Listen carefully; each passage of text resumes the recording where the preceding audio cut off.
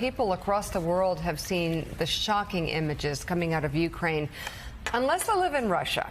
There, the Russian people have been shielded from the reality of war.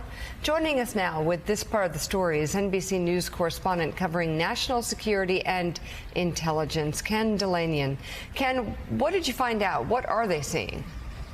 Good morning, Mika, Joe, and Willie. A recent independent poll found that Russian President Vladimir Putin has an 83% approval rating and that 81% of Russians support the war in Ukraine.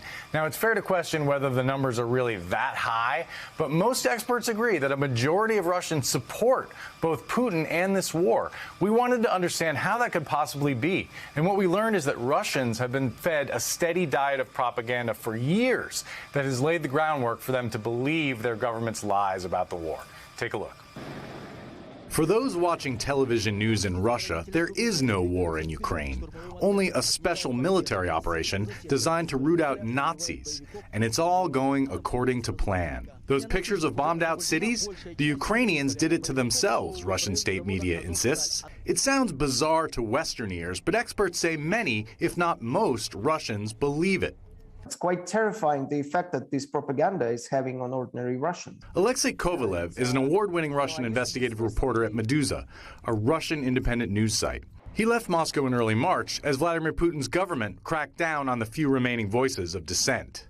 Kovalev and others familiar with the Russian media landscape say years of disinformation by state organs has left much of the Russian public in the grip of conspiracy theories. It's now a criminal offense to call it war, and Russia is just conducting this special operation to liberate Ukraine from the Nazis. The latest line was we didn't expect that basically the entire Ukraine is Nazis. I'm not kidding you. I'm not exaggerating. It's an actual quote. Since the invasion, the Kremlin has shut down independent journalism and made it almost impossible for Russians to access Facebook, Twitter, and international news sites.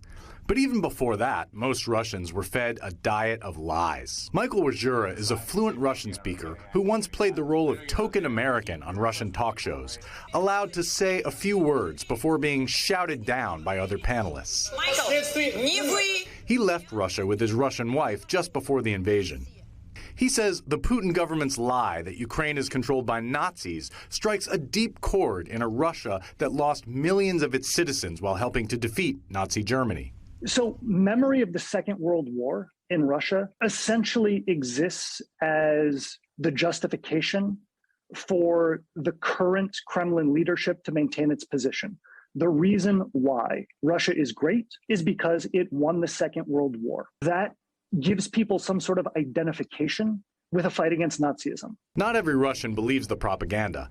Thousands have left the country. But those who know the truth sometimes have trouble convincing even their own relatives. We've seen a lot of these heartbreaking scenes in many Russian families where Ukrainian relatives are calling them from the other side and telling them that the Russian army is bombing their cities and killing them. And the Russian part of the family simply refuses to acknowledge that, simply refuses to believe them, saying that it's all fake news. And he says many Russians don't want to confront what is really happening. It's not that this disinformation is so terrifyingly effective. It's actually quite lame and stupid. It's self-contradictory. But it seems to provide people a convenient kind of cushion between themselves and the horrific reality that they will have to face one day, that Russia is indeed waging a war of aggression against Ukraine.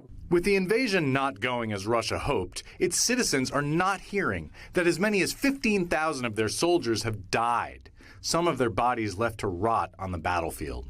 As for sanctions... So they're being told the same thing that they were being told before the war, which is that the Western world wants to isolate you. They're worried about Russia becoming too strong. Wajura believes Russia is in the grip of a kind of mass psychosis. I don't understand how this can just heal itself. I don't know how this can get better without some sort of outside intervention. A triumph of disinformation with deadly consequences.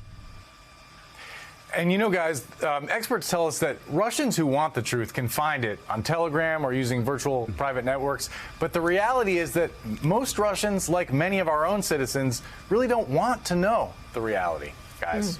NBC's Ken Delanian, thank you so much for that report. Hey, thanks so much for watching our YouTube channel. You can follow up on today's top stories and breaking news, or catch up on your favorite MSNBC shows all in one place. Download the NBC News app today.